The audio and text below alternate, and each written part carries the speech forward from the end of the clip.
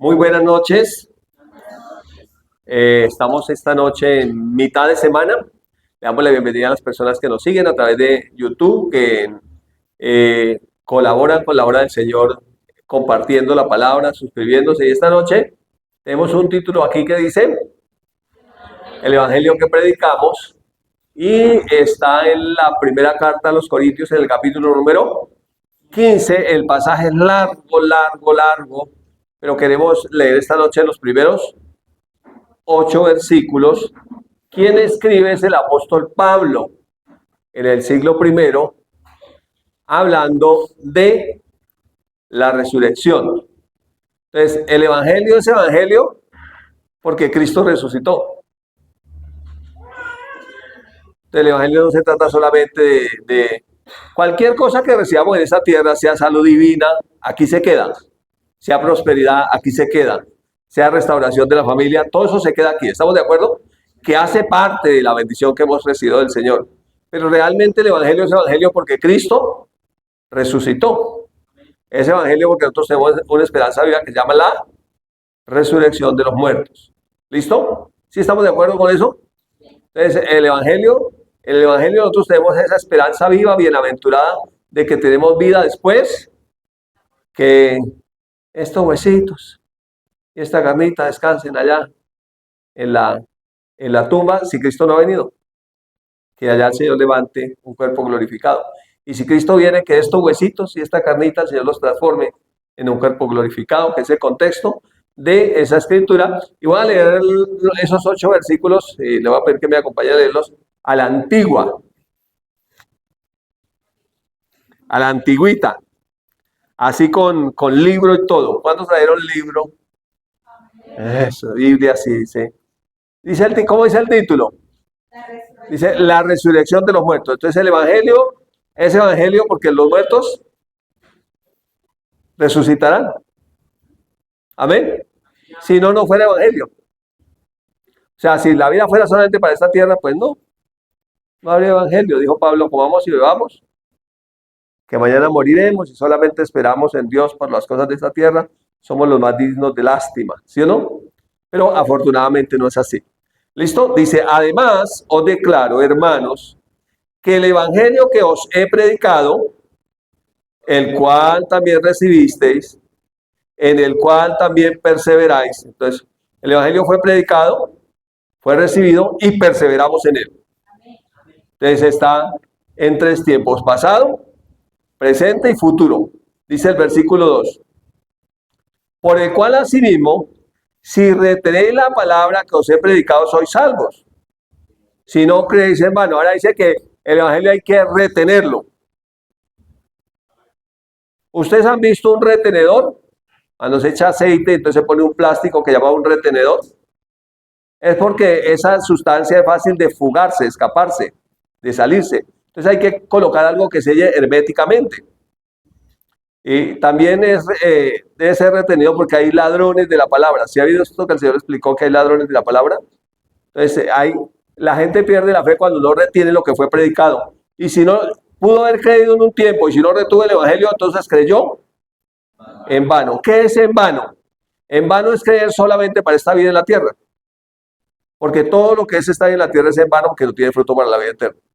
Cuando dice en vano, está hablando de eso, de que va a ser solamente para esta vida aquí en la tierra. Porque primeramente os he enseñado lo que así mismo recibí.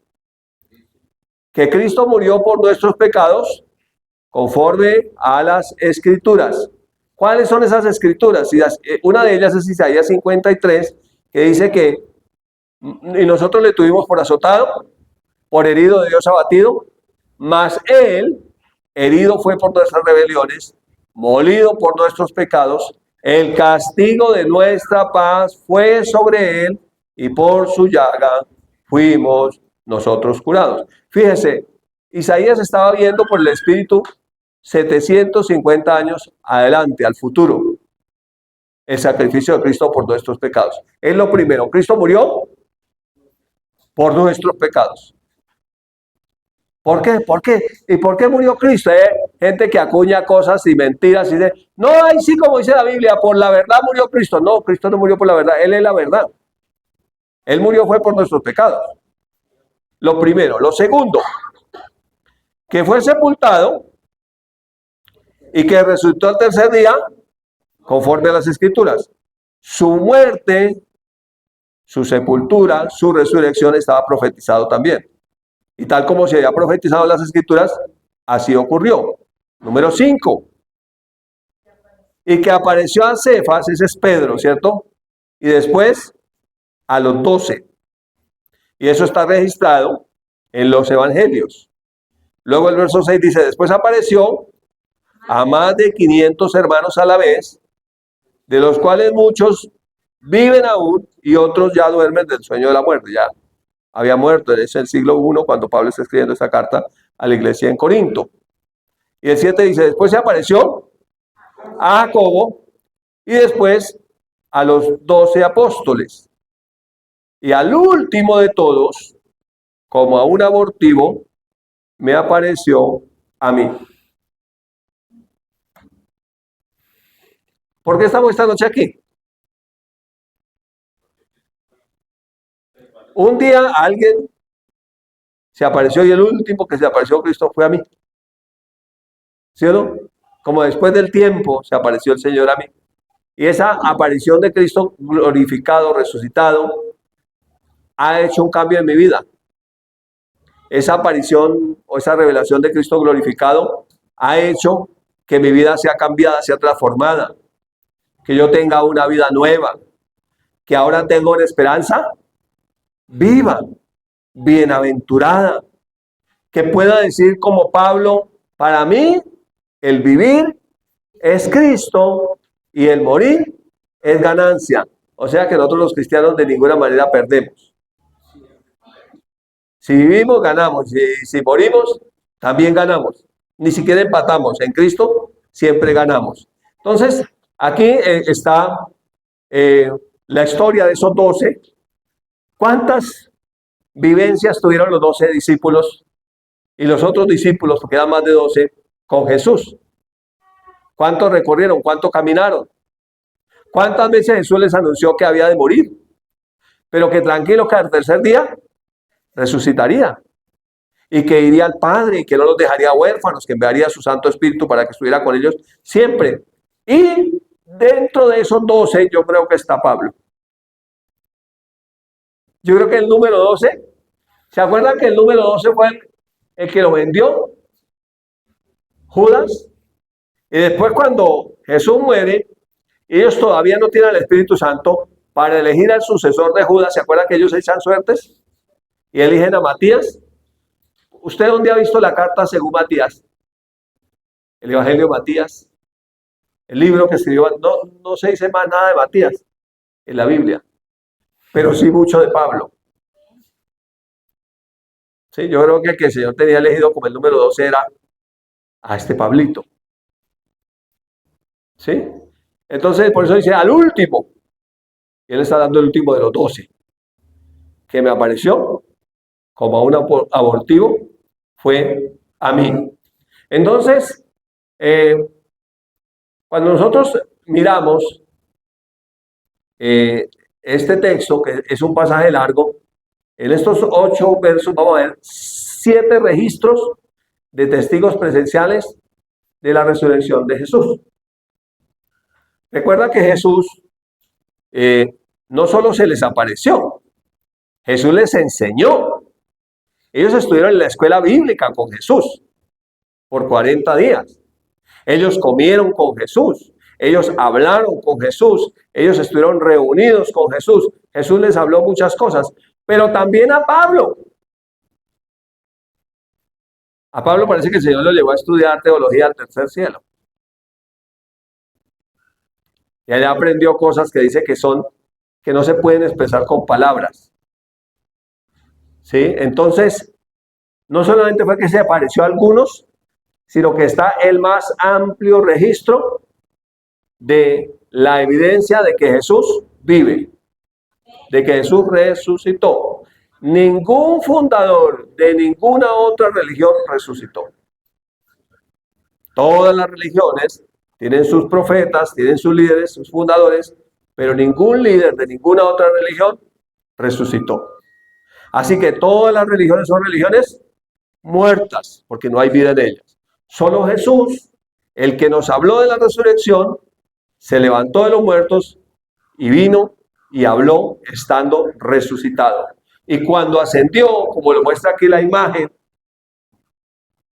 envió su mensajero los ángeles a que les dijeran a ellos, varones galileos, ¿y qué hacen ustedes mirando al cielo? Ese mismo Señor que ustedes vieron que ascendió, Él volverá. Él descenderá. Ahora vayan y hagan lo que les mandó a hacer mientras Él regresa. Y todavía nosotros, en el siglo XXI, esto fue en el primer siglo, y todavía nosotros en el siglo XXI estamos esperando su gloriosa venida. Sabemos que su venida va a ser en dos partes. Primera parte hasta las nubes, así como lo vieron ellos arriba, por nosotros. Y segunda parte con los ángeles y con nosotros, ¿cierto? La segunda venida. Muy bien. Entonces, el primer registro, vamos a leerlo en el versículo del 1 al 3. Dice, además os declaro, hermanos, que el evangelio que os he predicado, el cual también recibisteis, en el cual también perseveráis. ¿Qué estamos haciendo esta noche aquí? Perseverando. Entonces, cuando uno recibe, uno persevera. ¿Cierto? Por el cual asimismo, si retenéis la palabra que ha sido predicada, sois salvos. Y si no creéis, hermano. Yo no sé por qué la gente, si alguien creyó alguna vez y fue salvo, pero nunca volvió a la iglesia, nunca volvió a leer la palabra, nunca, esa persona creyó alguna vez y según algunos fue salvo. Pero la Biblia dice que si retenemos la palabra que nos ha sido predicada, somos salvos. Porque nosotros somos salvos es por la palabra. Y Jesús cuando enseñó que él era el buen pastor, dijo, mis ovejas me conocen. Mis ovejas oyen mi palabra, me conocen y me siguen. Y al final, quien va a resucitar esos cuerpos en gloria es la palabra del Señor. No va a ser una trompeta que van a tocar los ángeles, porque dice que al final el Señor mismo con voz de mando, con voz de arcángel y con trompeta de Dios descenderá del cielo y los muertos en Cristo resucitarán primero. ¿Quiénes resucitarán? Los que retuvieron la palabra. Porque realmente, ¿qué nos hizo nacer de nuevo a nosotros? La palabra. ¿Qué nos mantiene en el camino de fe? La palabra. ¿Qué será lo que al final nos resucite? La palabra. Jesús lo dijo de esta manera, las palabras que yo les he hablado son espíritu y son vida. La carne para nada aprovecha. O sea, la carne por sí sola no puede levantarse. Solo la palabra que es espíritu, un día de esa, que ya no quede nada ahí, se haya descompuesto por completo ese cuerpo, ya no haya hueso, no haya nada, de ese lugar donde tal vez haya algunos átomos de lo que fue alguna vez un cuerpo, de ahí la palabra levantará un cuerpo glorificado. Si no retiene la palabra, ¿qué dice? O sea, creyó solamente para esta vida. No hay fruto para la vida eterna. ¿Lo ven? Entonces la salvación es algo que se recibe, se persevera en ella y se retiene hasta la muerte. Porque la Biblia también espiritualmente hablando del espíritu del anticristo dice que él buscará engañar aún si fuere posible a los escogidos de Dios. ¿Y con qué los va a engañar? Con otro mensaje. Yo pregunto, ¿Adán y Eva eran salvos en el jardín del Edén? Y yo pregunto, ¿Adán y Eva perdieron la salvación? Sí, la perdieron cuando creyeron a otro mensaje. Que el Señor vino y en su misericordia los redimió como lo hizo con nosotros. Pero la Biblia dice, hablando del que deja de creer, que es mejor que nunca hubiera conocido la palabra, que habiendo conocido la palabra volverse atrás.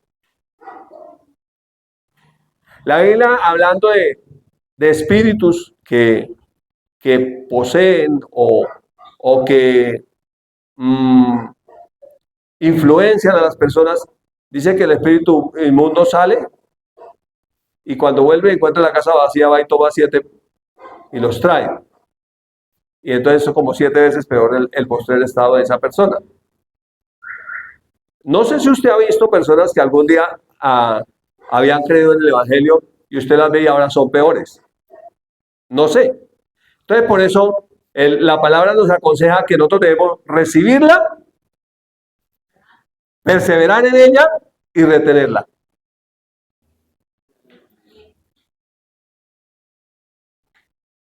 Porque a veces se enseñan cosas que contradicen las escrituras.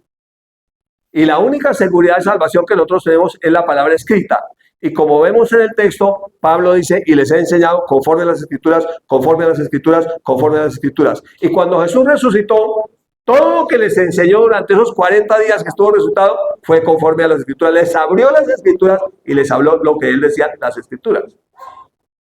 Y Jesús mismo dijo, el cielo y la tierra pasarán, pero mis palabras no pasarán. Entonces, la garantía que nosotros tenemos es de la salvación. Cuando usted compra algo bien costoso y le dan una garantía, ¿usted vota la garantía? ¿O usted tiene la garantía guardada por si tiene que hacerla efectiva? Y nosotros tenemos la garantía de su palabra. Y debemos perseverar en ella y retener esa palabra. ¿Listo? El versículo 3 dice, porque primeramente os he enseñado lo que así mismo recibí, que Cristo murió por nuestros pecados conforme a las escrituras. Entonces, en las escrituras dice que el Señor Jesús murió por nuestros pecados. Estaba profetizado muchos años antes, se habló que veía a alguien morir por nuestros pecados. Desde Génesis 3:15, que se conoce como el protoevangelio, y pondré enemistad entre ti y la mujer, entre tu simiente y la simiente tuya, esta te herirá en la cabeza y tú le herirás en el carcañal.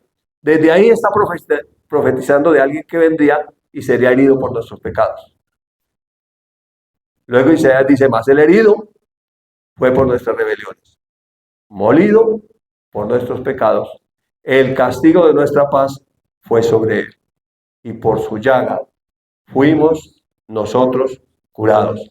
Entonces, el primer registro es que esa sangre, como en la imagen, ¿se acuerdan del soldado que fue a cerciorarse si Jesús había muerto? A mí me impresiona como lo muestra la pasión de Cristo, que él desde abajo, con la lanza, va a atravesar el costado del Señor para cerciorarse si estaba muerto, y la sangre cae sobre él, que es más o menos la imagen que se ve ahí. Dice que ese hombre, los historiadores, no la Biblia, dice que ese hombre se arrepintió, que ese hombre dijo verdaderamente este es el Hijo de Dios y se arrepintió. Entonces, la sangre del Señor, que representa la vida, cayó sobre él. Ahora, en el Antiguo Testamento estaba prohibido terminantemente por la ley comer sangre, porque los animales se presentaban y la sangre era rociada para cubrir los pecados. Y no se podía comer sangre porque la vida del animal estaba en la sangre. Y literalmente la vida de ellos estaba en la sangre de esos animales que eran los sacrificios del Antiguo Testamento. Para el Nuevo Testamento no, porque nuestra vida está escondida con Cristo en Dios. Pues esa sangre es la sangre del Señor. ¿Sí? Ahora, si a usted no le gusta la sangre, pues eso es otra cosa, pero no, por doctrina no. ¿Listo? Ese era como un paréntesis. Entonces, el primer registro es que Cristo murió por nuestros pecados, conforme está escrito en toda la Biblia. Cuando Job le viene esa tempestad de maldición, de ataque del enemigo, lo que Job dice es, yo sé que mi Redentor vive. Y lo que él hizo fue una confesión de fe, creyendo en Jesús. Cuando usted estudia las Escrituras, te dice, ¿cómo la gente fue salva en el Antiguo Testamento? Todos fueron salvos porque pusieron su confianza en Jesús. Todos creían que un día vendría alguien que libraría al pueblo de sus pecados. Todos estaban esperando la venida del Mesías, su primera venida. Ya Jesús vino, ya la obra fue hecha. Jesús, cuando terminó su obra, dijo, consumado es. Todo está cumplido. Ya había cumplido perfectamente la ley. Ahora nosotros estamos en Cristo. ¿Cuál es nuestra parte de la tarea? retener esa palabra. No dejar de confiar, porque sin fe es imposible agradar a Dios. Entonces, a mí lo que me cuesta creer, a mí no me cuesta creer que una persona con la confesión sea salva, eso dice la Biblia que es salvo. Pero a mí lo que me cuesta creer es cuando alguien deja de creer, podrá recibir algo de Dios. El problema no está del lado de Dios, el problema está del lado de uno. Cuando uno deja de creer, cuando uno duda, cuando uno se aparta, cuando uno vuelve atrás, entonces dejó de creer. Y si dejó de creer, la Biblia dice que no recibirá cosa alguna de Dios. ¿Sí? Entonces, por eso nos llama a recibir la palabra, perseverar en la palabra y retener la palabra. Todos los días debemos estar dispuestos a recibir la palabra, perseverar en la palabra, es decir, hacerla, obedecerla y retenerla. Siempre. Nunca descuidar la palabra de Dios. El versículo 4 dice que fue sepultado y que resucitó al tercer día conforme a las escrituras.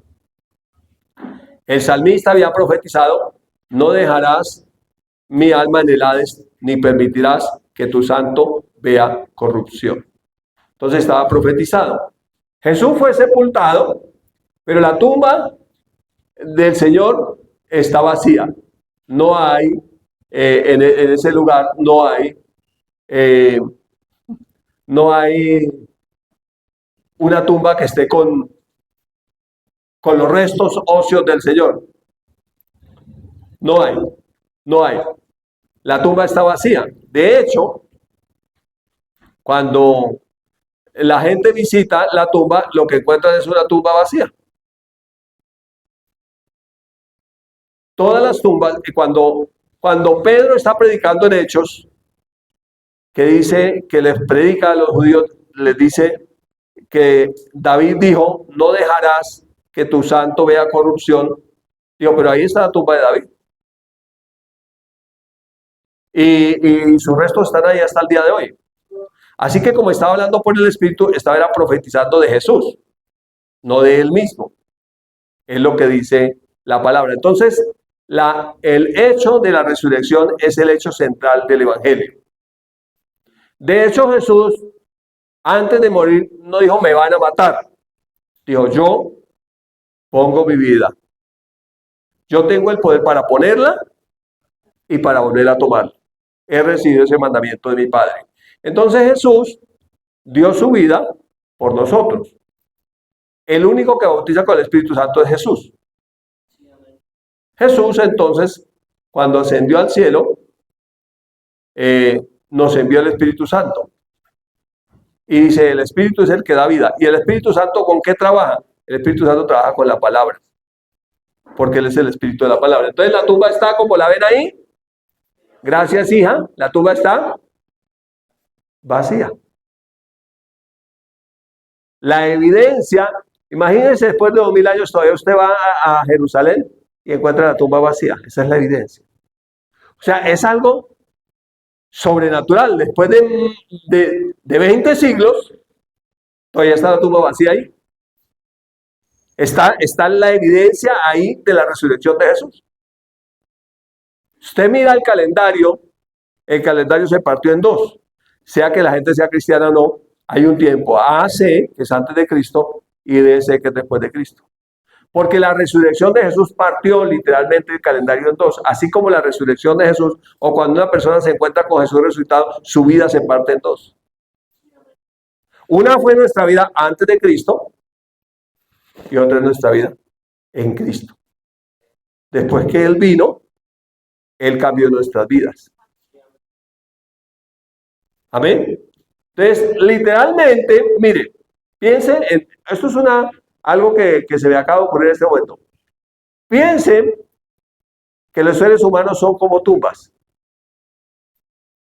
llenos de muerte. Muerte espiritual, por supuesto. El cadáver ahí dentro. La naturaleza de muerte está dentro cuando una persona no tiene a Jesús.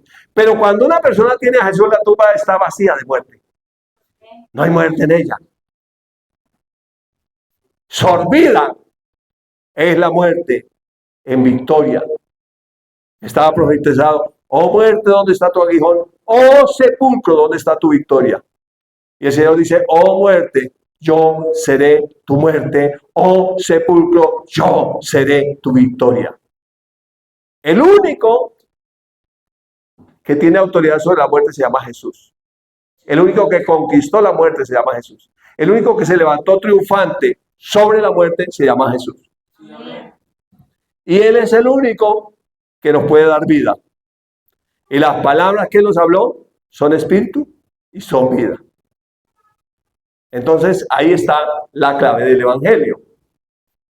El segundo registro dice que Él fue resultado conforme a las Escrituras. Y está la primera mujer en Juan 20 a la que Jesús resucitado se le aparece. Era María Magdalena, que amaba a Jesús. ¿Se acuerdan de la historia de María, de Marta, de Lázaro, el que había resucitado, de la casa donde Jesús siempre iba a quedarse cuando viajaba a hacer su trabajo en su ministerio? Y era esa casa de esos tres hermanos. Y María amaba al Señor. Y María ese primer día de la semana madrugó a buscar al Señor. Y dice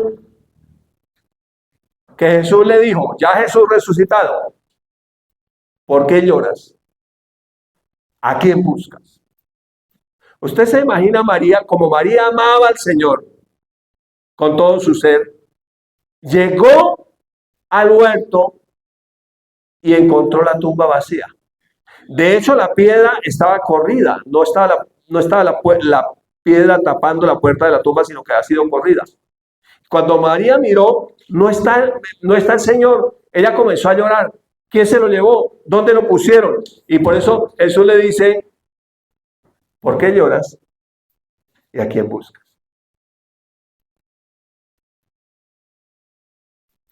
Generalmente cuando uno está sin Cristo, busca a Cristo en el lugar de la muerte. ¿Usted no ha notado que cuando uno está sin Cristo, casi que uno adora las tumbas? ¿Usted no ha notado que cuando uno está sin Cristo, uno va a las tumbas, lleva flores a las tumbas, casi que le tiene un culto a las tumbas? Pero después que Cristo entra a vivir en uno, aunque uno vaya y entierra a sus familiares y se tienen que ir, uno nunca vuelve a adorar tumbas. ¿Usted no ha notado eso en la vida diaria de uno? Ya uno no está buscando entre los muertos al que vive, porque sabe que no está ahí. Y le dice, ella, pensando que era el jardinero, aquí dice la Biblia, la Reina Valera dice hortalero, era el jardinero, o sea, el que cuidaba ya el sepulturero, se diría en nuestro tiempo, diría el sepulturero, ¿sí? El jardinero, dice otros. Le dijo, Señor, si tú lo has llevado, dime a dónde lo has puesto y yo lo llevaré. Yo vengo a llevarme a mi Señor. En otras palabras está diciendo yo. Aunque sea que yo tenga el cuerpo de mi Señor allí. ¿Usted no ha visto que generalmente la persona que no ha nacido de nuevo quisiera tener los restos de su familiar, casi hacer como un camposanto en la casa? Aferrarse a eso. María no había nacido de nuevo, que llamaba al Señor. Y él nace de nuevo después que Jesús resucita, no había nacido de nuevo, no había recibido esa palabra. Y el versículo 16 dice, Jesús le dijo, María, o sea, como que la volvió a llamar. O sea, María, Jesús le estaba hablando y María no le identificaba. Ese debe ser el sepulturero, pensaría María. ¿A dónde se lo llevó? Dígame dónde lo dejó. Quiero ir a traerlo. Entonces, Jesús la vuelve a llamar y le dice, María. Y María, volviéndose, tal vez lo miró y le dijo, Maestro. O sea, lo reconoció. Ahora, Jesús acababa de resucitar. Jesús ni había ascendido al cielo. María se encontró de manos a boca con Jesús, que recién resucitaba. La primera evangelista fue una mujer. Se llamaba María. Fue la primera que llevó el evangelio de salvación. La primera portadora de esas buenas noticias. El versículo 17 dice, Jesús le dijo, no me toques porque aún no he subido a mi Padre. Mas ve a mis hermanos y diles, mire, fue la primera comisionada para predicar el Evangelio. Subo a mi Padre y a vuestro Padre, a Dios, a mi Dios y a vuestro Dios. O sea, le dijo, estoy concluyendo la obra redentora. Me falta subir a presentar el sacrificio. No me toque, porque tengo que subir a presentar el sacrificio. Pero vaya mientras tanto y cuéntele a mis hermanos. Jesús se presenta como el hermano mayor. Vaya, dígale a mis hermanos que voy a mi Padre y a su Padre, a mi Dios y a su Dios. Vaya, cuénteles. Y mire lo que hace María. Fue entonces María Magdalena para dar a los discípulos las nuevas, o el Evangelio, esas son las nuevas, de que había visto al Señor y que Él le había dicho estas cosas. Entonces María sale a predicar el Evangelio. Es el primer registro que tenemos del Evangelio. Jesús resucitó. Jesús vive. De hecho, mire, la Biblia dice que ella fue y le predicó y de hecho otras mujeres creyeron y entre los mismos discípulos no creían.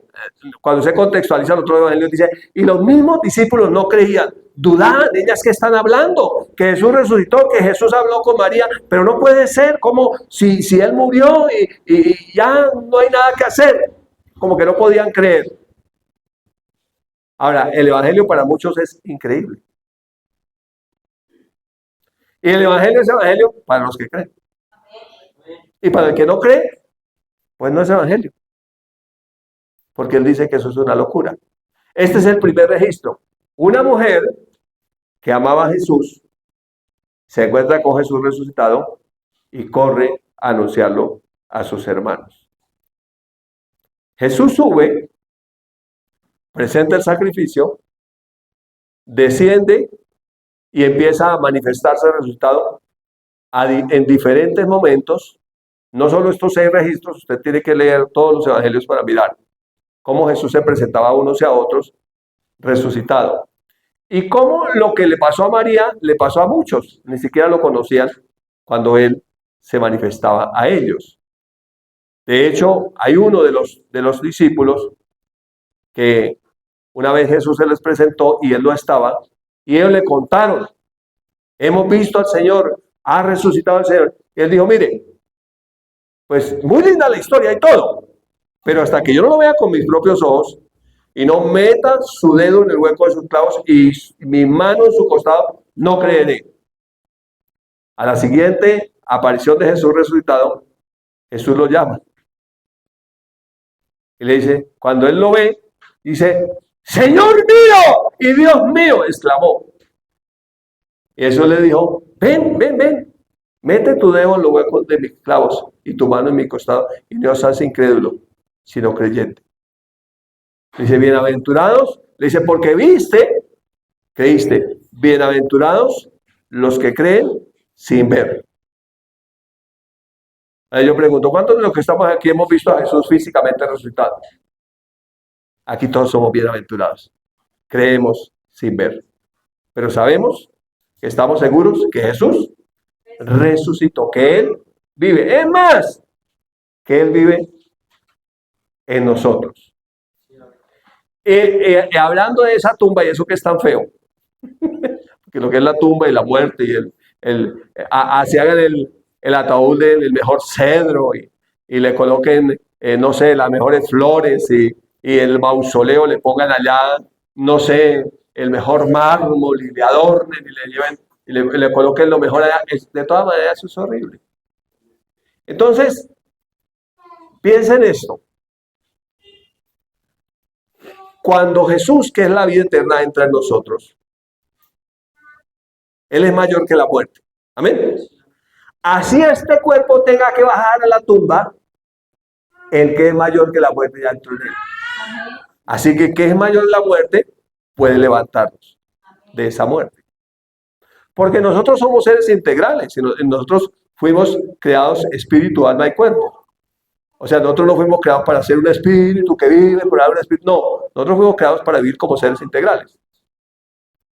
Y el postrer enemigo que será derrotado en la muerte. Jesús ya lo derrotó. Si Jesús ya entró en nosotros, ya Él derrotó la muerte por nosotros. Y ya nosotros tenemos la confianza en aquel que es la vida. Así que aunque nos parezca horrible y no nos guste hablar de ese tema, será algo con que si Cristo no ha venido, uno por uno nos tenemos que encontrar un día. Y por eso es que cuando usted lee el Salmo 23, que dice que cuando va atravesando el valle de las sombras de muerte, tú estarás conmigo. Tu vara y tu callado me infundirán aliento. O sea que de ese cuerpo que está muerto, vuelve a tener el soplo de vida. Ahora, no para vivir una temporada, sino para vivir por toda la eternidad. Es básicamente eso lo que dice el Salmo 23. El tercer registro dice que se apareció a Pedro. Yo creo que ese de Pedro no lo alcanzamos a tocar ahorita porque es muy intenso y siempre que lo hablamos una y otra, yo no sé cuántas veces lo habré predicado, pero cada vez que lo miramos, como dijo el reverendo Kenneth Hagin, el Evangelio es como una gran montaña que se escala y que cada uno tiene una versión, depende por el costado que le haya escalado. Entonces, cada vez que lo vemos, pues somos ministrados por el Señor, porque de alguna manera uno se identifica con Pedro, con los errores de Pedro, con el coraje de Pedro, con la duda de Pedro, con el amor de Pedro, con la vida de Pedro. Amén. Especialmente si usted predica el Evangelio, yo creo que usted se identifica todavía más con Pedrito. Así que te bendigo esta noche con esa palabra, en el nombre de Jesús.